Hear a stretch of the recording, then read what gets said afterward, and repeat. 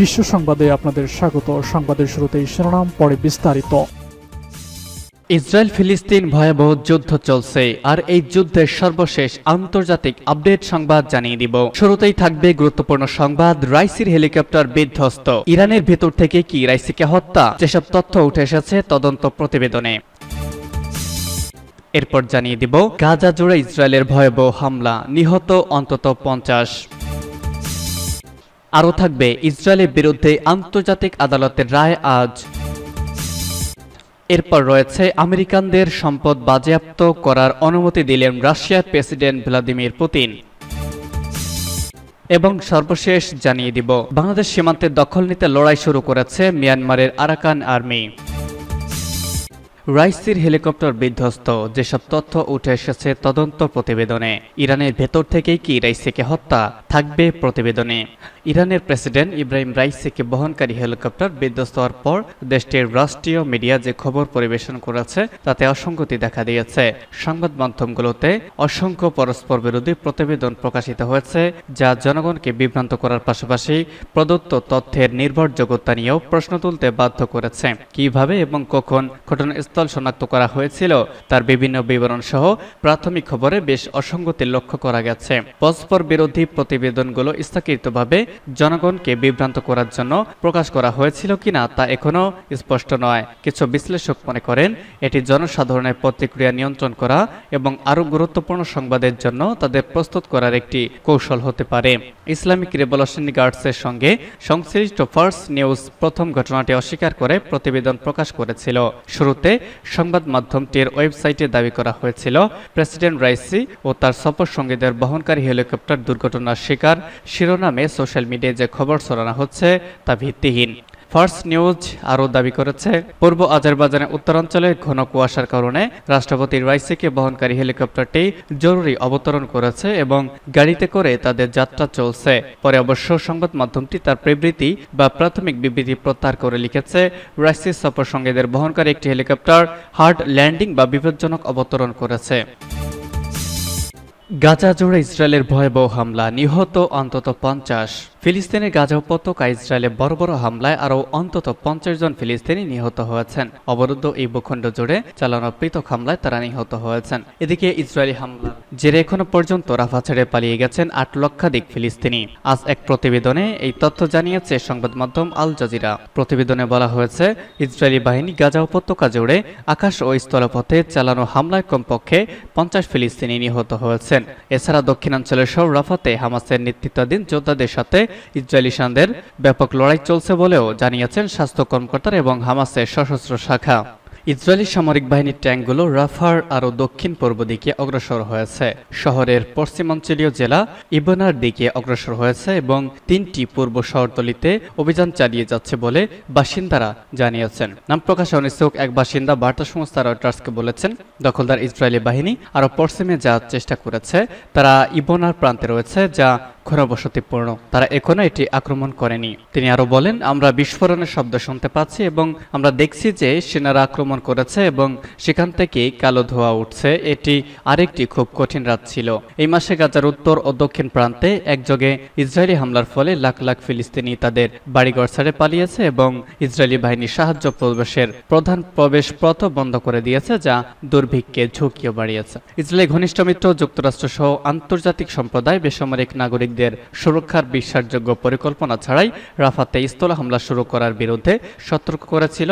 যুক্তরাষ্ট্র সহ অন্যান্য গাজার দক্ষিণের এই শহরটিতে হামলার জন্য ইসরায়েলকে ব্যাপকভাবে সমালোচনাও করেছে। তবে ইসরায়েল বলেছে সেখানে হামাস যোদ্ধাদের বেশ কয়েকটি ব্যাটালিয়নের বিরুদ্ধে তাদের অবশ্যই অগ্রসর হতে হবে। ইসরায়েলের বিরুদ্ধে আন্তর্জাতিক আদালতের রায় আজ। গাজায় 8 মাস ধরে অভিযান চালিয়ে আসছে ইসরায়েল। দেশটির সেনাদের হামলায় ধ্বংসপরীতে পরিণত হয়েছে পুরো উপত্যকা। এবার উপত্যকার শেষ নিরাপদ অঞ্চল রাফা সীমান্তে অভিযান শুরু করতে যাচ্ছে ইসরায়েল। দেশটির এই অভিযান বন্ধে আন্তর্জাতিক বিচার আদালত আইসিজে রায় হবে আজ। আনাদুল এজেন্সির এক প্রতিবেদনী তথ্যও জানানো হয়েছে। প্রতিবেদনে বলা হয়েছে রাফা সীমান্তে ইসরায়েল অভিযান বন্ধের জন্য আন্তর্জাতিক বিচার আদালতের রায়ের তারিখ নির্ধারণ করা হয়েছে। আজ এ বিষয়ে রায় দিবেন আদালত। দক্ষিণ আফ্রিকার আবেদনের পরিপ্রেক্ষিতেই রায় ঘোষণা করা হবে। গত সপ্তাহে আন্তর্জাতিক বিচার আদালতে দক্ষিণ আফ্রিকা আবেদন জানায়, এতে ফিলিস্তিনি জনগণের সুরক্ষা নিশ্চিত ও রাফাতে ইসরায়েলি অভিযান বন্ধে আন্তর্জাতিক আদালতে জরুরি ব্যবস্থা চাওয়া হয়। এর আগে আন্তর্জাতিক আদালতে ইসরায়েলের বিরুদ্ধে গণহত্যার মামলা করে দক্ষিণ আফ্রিকা। ওই মামলার অংশ হিসেবে রাফা ইসরায়েলি অভিযান বন্ধের নির্দেশনা চেয়েছে দেশটি। এর আগে গত শুক্রবার নেদারল্যান্ডস দ্য হেগে আন্তর্জাতিক আদালতের কার্যালয়ে দক্ষিণ আফ্রিকা মিথ্যা অভিযোগ করেছে বলে দাবি করেছে ইহুদিবাদী ইসরায়েল। শুনানিতে আত্মপক্ষ সমর্থন করে ইসরায়েল জানায়, নিজেদের রক্ষায় ফিলিস্তিনের গাজায় সামরিক অভিযান চালানো হচ্ছে। ইসরায়েলের আত্মরক্ষার অধিকার আছে। দক্ষিণ আফ্রিকায় ধরনের আবেদন জাতিসংঘের জাতিগত নিধন সনদের সঙ্গে ঠাট্টা, তাই আবেদন নাকচ করে দেওয়ার দাবি জানান ইসরায়েলি আইনজীবীরা। ইসরায়েল আরও বলে, এটি বাস্তবতা থেকে পুরোপুরি বিচ্ছিন্ন একটি আবেদন। রাফায় বিপুল সংখ্যক ফিলিস্তিনি অবস্থান করছে। ইসরায়েল বিষয়টি ভালোভাবেই জানে, কিন্তু হামাস এসব মানুষের ঢাল হিসেবে ব্যবহার করছে। তারা সেখানে আস্তানা গেড়েছে, যা ইসরায়েলি নিরাপত্তার জন্য হুমকি। হামাসের সন্ত্রাসীদের নির্মূলে অভিযান চালানো হচ্ছে বলে দাবি করেছে ইসরায়েল। আমেরিকানদের সম্পদ বাজেয়াপ্ত করার অনুমতি দিলেন পুতিন। প্রেসিডেন্ট ভ্লাদিমির পুতিন একটি আদেশনামায় স্বাক্ষর করেছেন, যাতে যুক্তরাষ্ট্রে বাজেয়াপ্ত করা রাশিয়া সম্পদের জন্য ক্ষতিপূরণ বাবদ যুক্তরাষ্ট্রের কোম্পানি এবং ব্যক্তিদের সম্পদ রাশিয়া বাজেয়াপ্ত করতে পারে। গ্রুপ অব 7 শিল্পোন্নত দেশগুলোর শীর্ষ অর্থ কর্মকর্তারা এটি বৈঠকে মিলিত হবার সময় রাশিয়ার সরকারের আইনি পোর্টালে আদেশটি প্রকাশিত হয়। ওই বৈঠকের আলোচ্য সূচির শীর্ষে ছিল এই প্রশ্নটি যে পশ্চিমে রুশ সম্পদ আটকে রাখা নিয়ে কি করা উচিত। ইউক্রেন এবং এর অনেক সমর্থক রাশিয়ার 24 ফেব্রুয়ারি 2022 সালে আগ্রাসনের পর দেশের বাইরে রুশ সম্পদের 26,000 কোটি ডলার বাজেয়াপ্ত করার আহ্বান জানিয়েছে। কিন্তু ইউরোপীয় কর্মকর্তারা আইনি ও আর্থিক স্থিতিশীলতার উদ্বেগ উল্লেখ করে তা প্রতিরোধ করেছেন। তবে যুক্তরাষ্ট্রের প্রেসিডেন্ট জো বাইডেন এপ্রিল মাসে ইউক্রেনীয়দের জন্য অর্থনৈতিক সমৃদ্ধি এবং সুযোগ পুনর্নির্মাণ আইনে স্বাক্ষর করেন, যা প্রশাসনকে যুক্তরাষ্ট্রে অবস্থিত রাশিয়ার রাষ্ট্রীয় সম্পদের প্রায় 500 কোটি ডলার বাজেয়াপ্ত করার অনুমতি দেয়। আইনটি ইউক্রেন এবং অন্যান্য দেশের জন্য যুক্তরাষ্ট্রের একটি সহায়তা প্যাকেজের অন্তর্ভুক্ত ছিল, আর এর মধ্যে ইউক্রেনের প্রতিরক্ষার জন্য প্রায় 6,100 কোটি ডলার রয়েছে। তবে গ্রুপ অব 7 এবং ইউরোপীয় ইউনিয়নের অন্যান্য সদস্যদের কাছ থেকে চুক্তি ছাড়াই যুক্তরাষ্ট্রের সম্পদ বাজেয়াপ্ত করার সম্ভাবনা নেই। পুতিনের স্বাক্ষরিত আদেশে বলা হয়েছে যে রাশিয়ার কোম্পানি এবং কেন্দ্রীয় ব্যাংক ও ব্যক্তিরা যুক্তরাষ্ট্রের সম্পত্তি বাজেয়াপ্ত করাকে অযৌক্তিক ঘোষণা করার জন্য রাশিয়ার আদালতে আবেদন করতে পারে। আদালত সম্মত হলে একটি সরকারি কমিশন ক্ষতিপূরণের সম্পদ প্রদানের প্রস্তাব দেবে, যার মধ্যে যুক্তরাষ্ট্রের নাগরিকদের মালিকানাধীন সম্পত্তি বা রাশিয়ায় তাদের কোম্পানি, সিকিউরিটি এবং রাশিয়ার কোম্পানিতে তাদের শেয়ার অন্তর্ভুক্ত থাকতে পারে। সর্বশেষ জানাবো, সীমান্তের দখল নিতে লড়াই শুরু করেছে আরাকান আর্মি।